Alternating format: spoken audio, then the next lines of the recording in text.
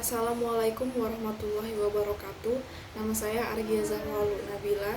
Saya dari kelas 12 IPA 2. Hari ini saya ingin menjelaskan mind mapping G30 SPKI atau Gerakan 30 September PKI, Partai Komunis Indonesia. Dimulai dari faktor-faktor. Jadi ada faktor yang menyebabkan terjadinya G30 SPKI ini. Pertama, isu sakitnya Insinyur Soekarno. Yang kedua yaitu Malaysia, di mana Angkatan Darat menolak poros Jakarta-Peking dan konfrontasi dengan Malaysia. Hal ini merupakan suatu langkah yang bijak yang menyangkut adanya poros Jakarta-Peking dan konfrontasi dengan Malaysia hanya akan membantu Cina meluaskan semangat revolusi komunisnya di Asia Tenggara dan akan merusak hubungan baik dengan negara-negara tetangga. Selanjutnya ada Amerika Serikat, yang dimana Amerika Serikat ini takut Indonesia menjadi negara komunis. Yang terakhir yaitu ada ekonomi. Ekonomi di Indonesia itu lagi sedang sulit-sulitnya gitu. Selanjutnya ke sini yaitu ada latar belakang. Yang pertama, latar belakangnya itu latar belakang G30 SPKI ini dilatar belakangi oleh penghujung masa demokrasi terpimpin. Yang kedua, negara Republik Indonesia dilanda krisis sosial politik dan ekonomi Indonesia dan ekonomi nasional yang memberi peluang kepada PKI untuk memperluas pengaruhnya. Di penghujung masa demokrasi terpimpin ini, Republik Indonesia dilanda krisis sosial politik dan ekonomi nasional yang memprihatinkan. Kondisi ini memberi peluang kepada PKI untuk memperluas pengaruhnya.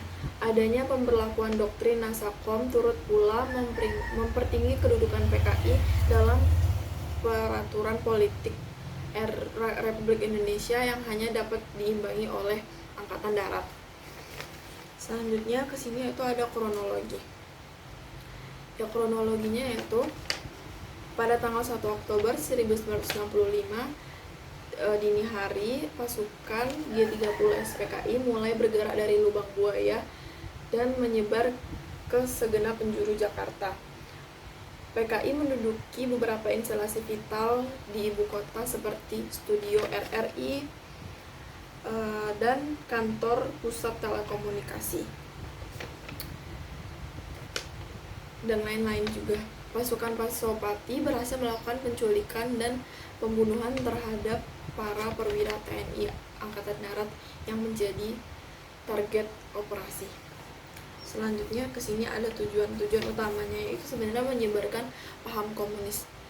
Tapi bisa dijelaskan lebih lanjut lagi, yaitu tujuan dari Gerakan 30 SPKI ini adalah Gerakan 30 September adalah perbuatan PKI dalam rangka usahanya untuk merebut kekuasaan di negara Republik Indonesia dengan memperalat oknum ABRI sebagai kekuatan fisiknya. Bahwa tujuan tetap komunis di negara non-komunis adalah merebut kekuasaan negara dan mengkomuniskannya. Usaha tersebut dilakukan dalam jangka panjang, dari generasi ke generasi secara berlanjut. Selanjutnya, bahwa kegiatan yang dilakukan tidak pernah terlepas dari rangkaian kegiatan komunisme internasional. Selanjutnya ada tokoh-tokoh yang terlibat dalam Gerakan 30 September PKI 1965. Yaitu dari pihak PKI ada Letnan Kolonel Untung, dan dari pihak Indonesia itu ada 7 jenderal dan 1 jenderal yang berhasil selamat, yaitu Abdul Haris Nasution.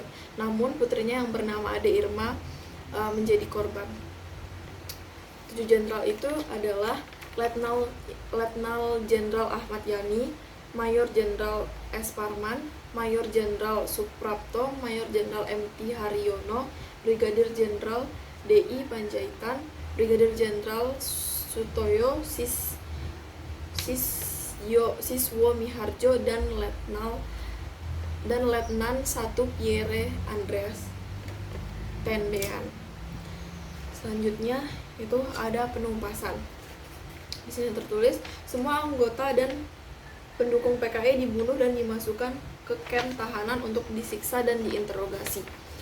Ya, operasi militer penumpasan G30 SPK ini mulai dilakukan sore hari. Pasukan RPKAD berhasil menduduki kembali gedung RRI Pusat, gedung telekomunikasi, dan mengamankan seluruh wilayah Medan Merdeka tanpa terjadi bentrok senjata. Pasukan Batalion 238 Kujang atau Siliwangi berhasil menguasai lapangan benteng dan mengamankan markas Kodam 5 Jaya dan sekitarnya.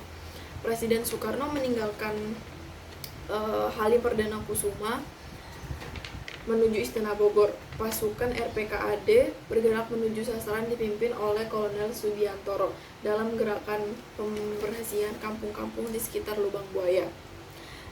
Anjun, Brigadir Polisi Sukitman yang sempat ditawan oleh regu penculik berhasil meloloskan diri. Pada tanggal 3 Oktober 1965, pasukan RPKAD berhasil menguasai Lubang Buaya.